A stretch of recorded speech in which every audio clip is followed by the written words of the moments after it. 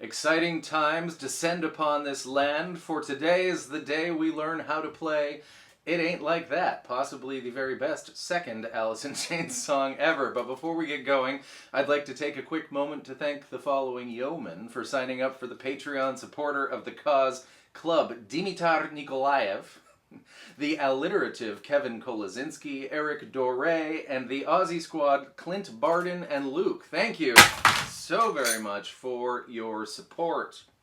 And if you would like to find out what that's all about, the link is in the description.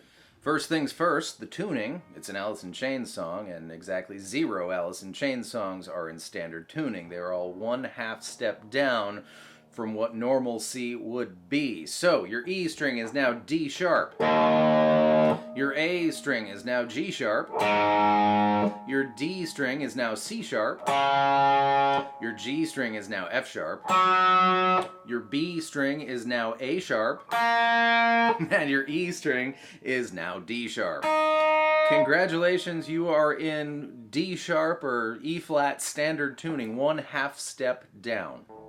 Nothing beats an epic backwards strum, but the epic backwards strum is the backbone of this riff. Grab yourself an E chord, major, the one with the pointer finger on the G string, and strum backwards. Then you grab the E string 3rd fret and you're gonna give it a bend and then let it unbend. How much you bend is very important. You want this G note, if we were in standard tuning, to be like an A note, a whole step bend. So, play this note and try to match it.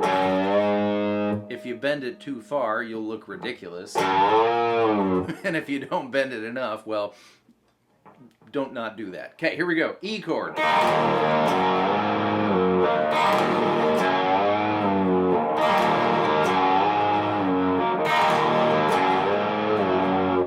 That's that part. Then comes the slew of power chords. An E power chord is open, 2, and maybe even 2. You can do 2 notes. The Aussie in me is coming out, or 3. So anyways, 2 muffled strums on the E power chord, 3 on the F, that's 1, 3, 3, or just 1, 3, up to you. 1 on G, that's up 2 frets from that. 1 back to F, and 1 on E. And that's your riff. 2 E's, 3 F's, G, F, E.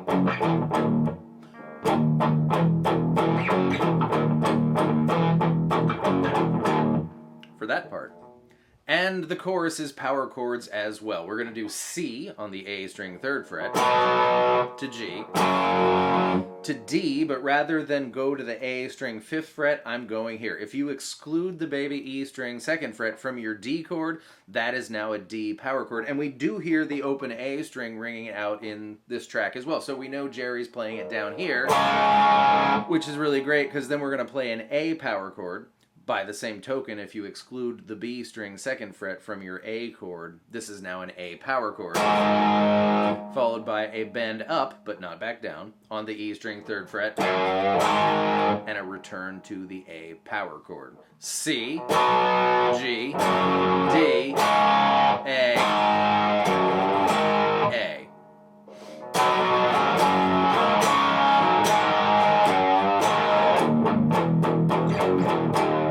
And that's how you do that. At 3 minutes and 36 seconds, this is the last detail. You hear one wiggle. It feels random because it only happens once. It's the A string 2nd fret. That's what you just kind of grab your thing and just wiggle furiously. So it comes in between the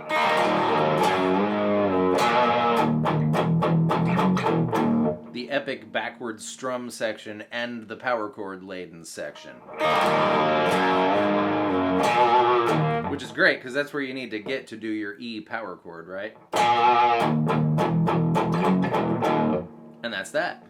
Which means it's time for you to go use your earballs and figure out which part goes where, when. Or if you think a playthrough would help your learning process, you're going to find that and more on my Patreon page. Hope to see you there. Thank you so much for being here. I hope that was fun and helpful, and I will see you next time with more stuff.